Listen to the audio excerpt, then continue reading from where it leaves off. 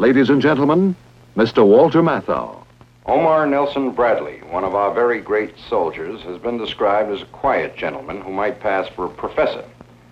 But there is an unmistakable quality of greatness in his simple manner, his straightforwardness, and his deep concern for humanity.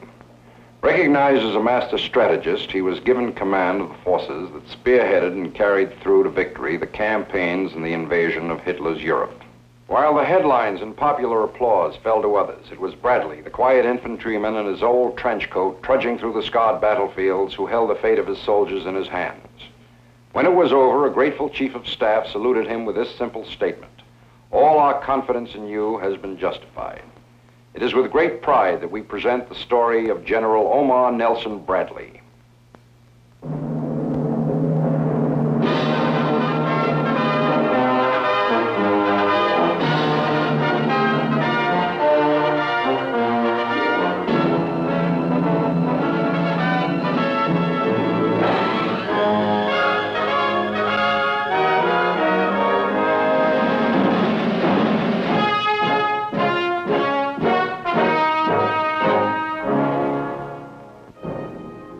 Miles from the Missouri River on the birthday of Abraham Lincoln, Omar Bradley was born into the home of a poorly paid country schoolteacher. The year was 1893. In country such as this, he learned to fish, hunt quail, became an expert marksman.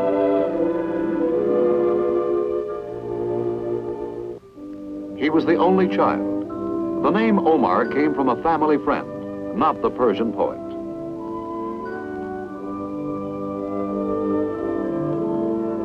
Bradley idolized his father, acquiring from him a way of life.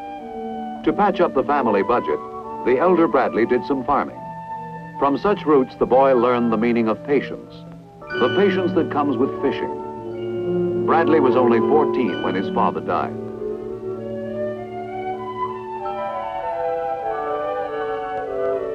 After high school, what? It was hard to say. He sold newspapers, worked at the Wabash Railroad shops at 17 cents an hour. But a Sunday school teacher suggested West Point. And West Point it became, the United States Military Academy. Here had studied Lee, Grant, Pershing. The class of 1915, Brad's class, was to furnish 56 generals. One could say of Bradley, as quiet as the Hudson, a trait that was duly noted by his class biographer. True merit is like a river. The deeper it is, the less noise it makes.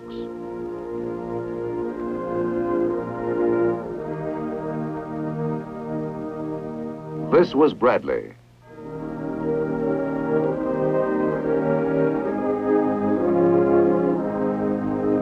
And they wrote further of him. His most prominent characteristic is getting there.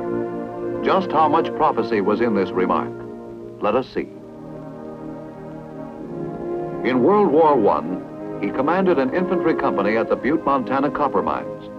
His own evaluation, ruin. He was left out of the fight. 1920, ordered to West Point as an instructor in mathematics. From 1924 to 1939, Army schools, routine duty periods with troops in the United States and Hawaii, then on to General Staff in Washington. Finally, in the early part of 1941, Commandant of the Infantry School at Fort Benning, Georgia. Was he getting there? Well, he was acquiring the reputation of a fine infantry officer.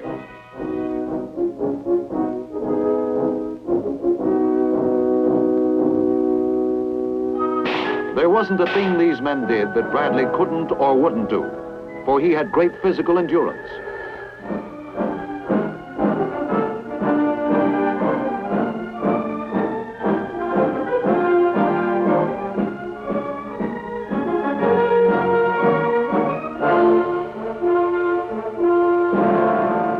February 1943. Bradley was in Florida training a division for duty overseas. World War II was in its second year for the United States, and Bradley was to be included in the fight. Word finally came to report to French North Africa.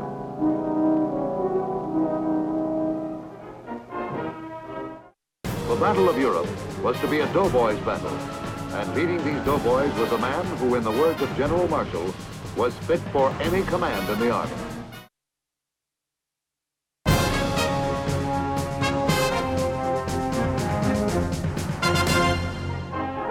For the first time in 32 years as a soldier, Bradley was off to war, selected by Chief of Staff General George C. Marshall, who had been watching this great infantryman for years. Now, as Deputy Commander and Commander of the U.S. Second Corps, he helped push the Tunisian campaign to victory. British Commander General Sir Alexander says, "Well done." Bradley tells all about it in his book, A Soldier's Story. Was he getting there? As they would say out in Bradley's country, he fought to beat the band. After Africa, the invasion of Sicily.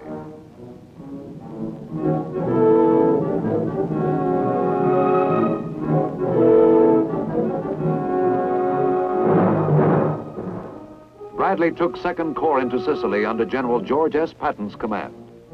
Plans for the Channel assault on France were well underway when General Marshall sent word to Eisenhower, "My choice has been Bradley." He meant for Bradley to lead the American forces for the great Normandy invasion, Operation Overlord.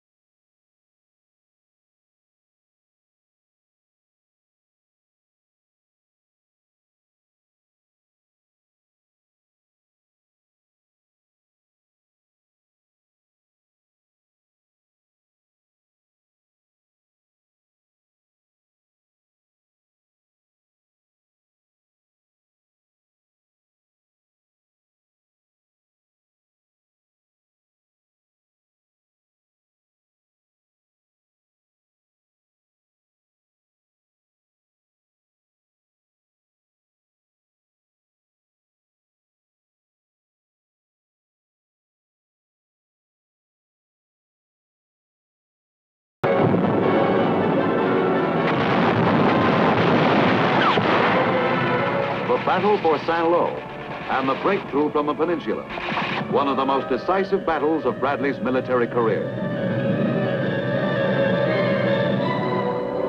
The breakthrough cracked the back of the Nazi Wehrmacht. Bradley had created it, planned it down to the last detail.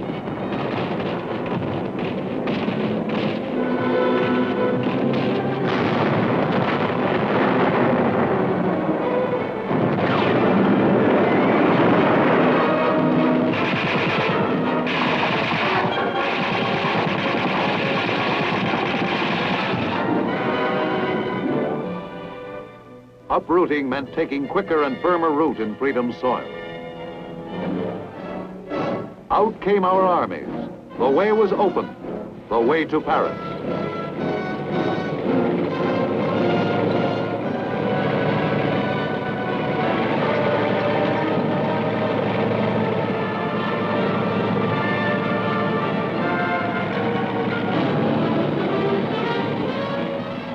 The enemy west of Paris was destroyed.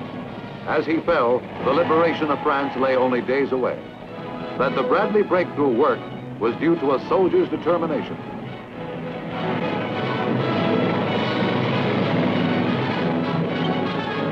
Our hopes now ran high for a quick end to the war in Europe.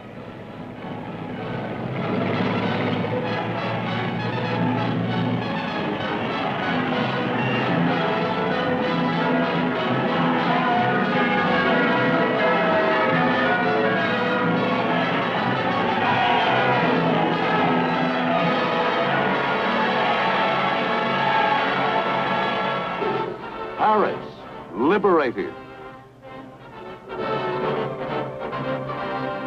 Bradley could have gone into Paris himself, but the quiet man from Missouri was not built like that.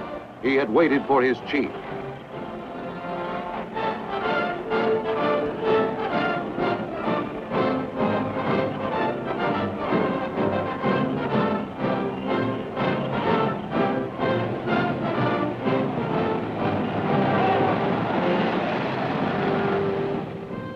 A liberated nation honored him. Bradley was to receive many decorations, as well as honorary degrees from universities. Someone has said of Bradley that he always behaves as though he were a civilian among men in uniform.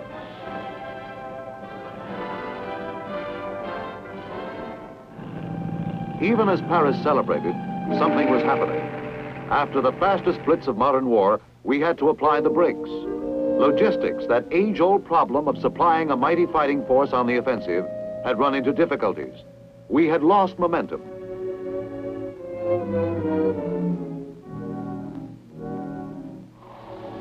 The deep stalemate of winter set in.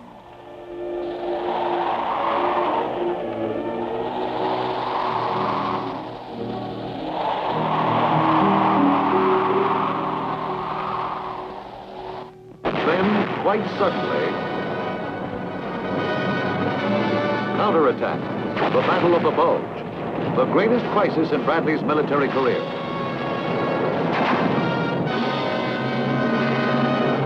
Dark moments, unpredictable moments. It was the enemy's dying thrust. We were thrown back.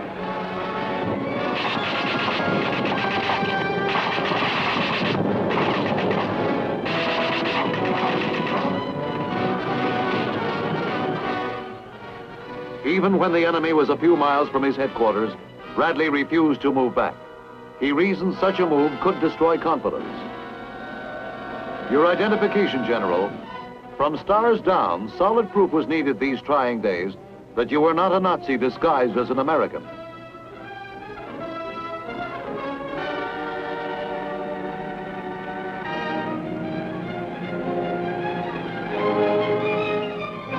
The Battle of the Bulge over, the Rhine soon came into view.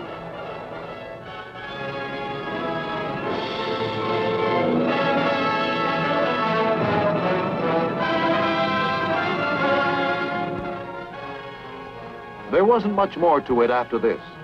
Operation Overlord, which had swept a relatively unknown general into great prominence, had blasted asunder the myth of Nazi invulnerability.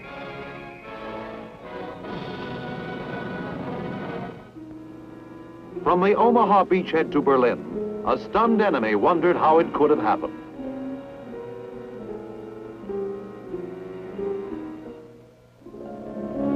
Farm boy to 4 stars. Was he getting there?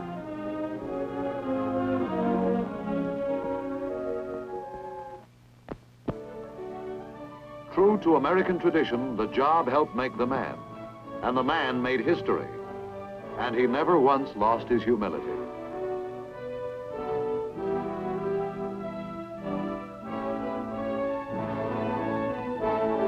Was there room for a 5th star?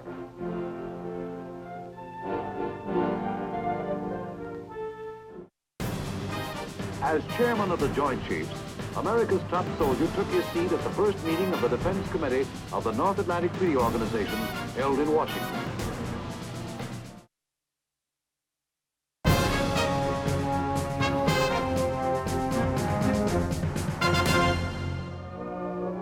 With a soldier's determination, but no, with the determination of a man enjoying the softer moments of peace.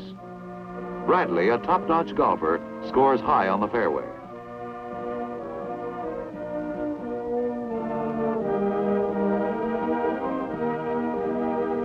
But a hop, skip, and a jump from the fairway was busy Washington. And in post-war America, Bradley played a big role in world affairs. Affairs as they pertain to our survival as a nation.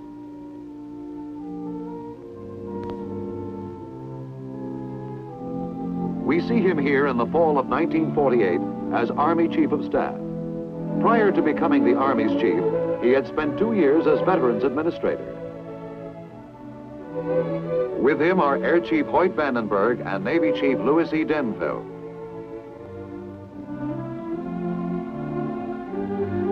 In Bradley's characteristic way, he considered his job another opportunity to serve his country, and America needed him.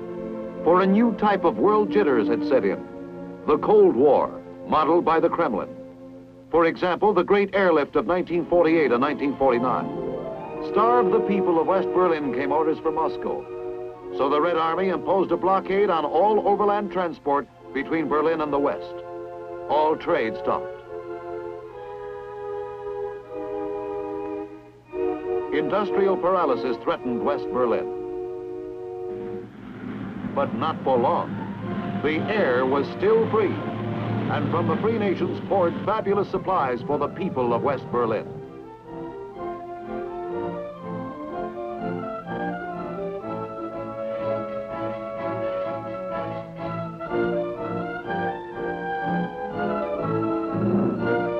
The airlift broke the blockade, our first victory in the Cold War.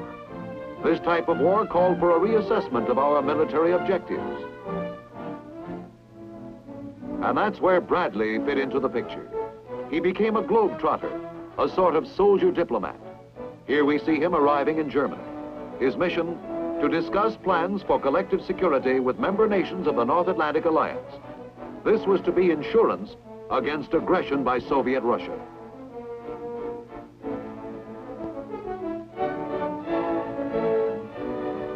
Bradley, the world headliner. The story of Omar Bradley would not be complete without mentioning the former Mary Elizabeth Quayle, who married Bradley a year after his graduation from West Point. Here she watches Bradley being sworn in as chairman of the Joint Chiefs of Staff by Defense Secretary Johnson.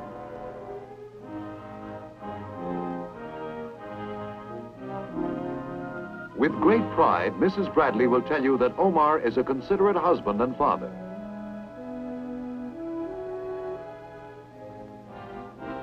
As chairman of the Joint Chiefs, America's top soldier took his seat at the first meeting of the Defense Committee of the North Atlantic Treaty Organization held in Washington.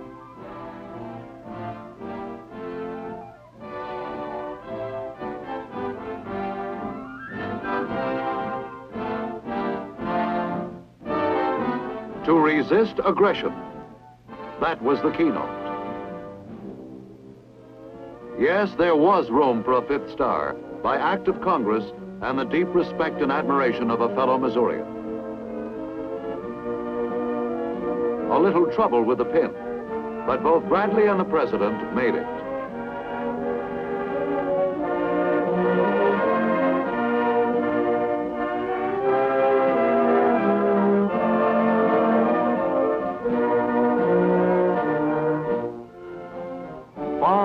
to frequent visitor at the White House. This is early in 1951 at a Security Council meeting.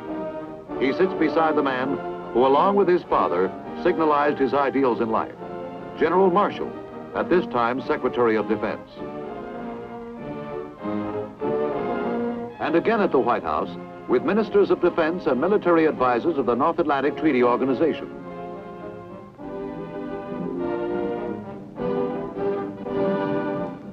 Bradley paid almost 300 visits to the White House, many of them to brief the president on the progress of the war in Korea.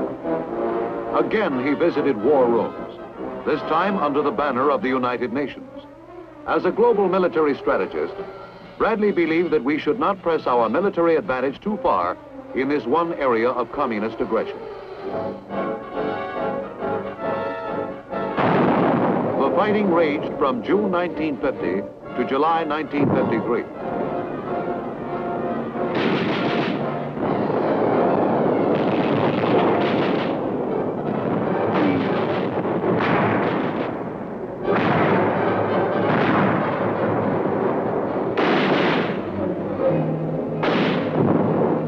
These were precarious times.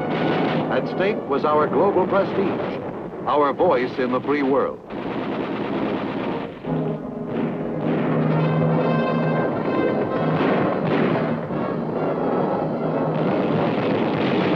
This war by satellite, was a new type of Soviet aggression, where the Kremlin directed a conflict in the front yard of Korean homes. As in World War II, Bradley helped direct Allied forces close to the battle lines.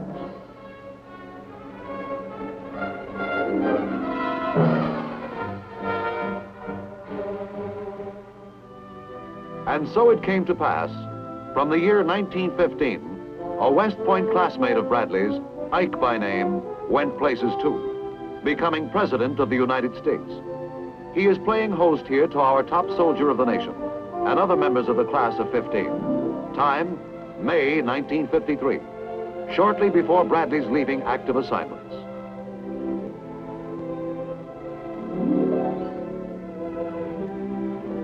It seemed fitting at this time to name an American town after Bradley. To quote Bradley, "No boy ever came out of an army camp with any more or any less moral fiber and any more or less courage than he had when he left his family fireside." Bradley, West Virginia, on U.S. Route 21, between Beckley and Mount Hope.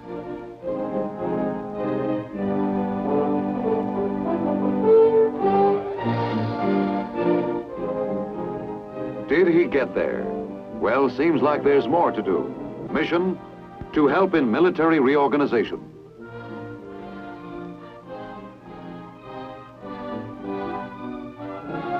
He has come a long way, this general from the humble roots of America, to enrich our heritage of service to mankind and love of country, a living monument among the truly great men of history.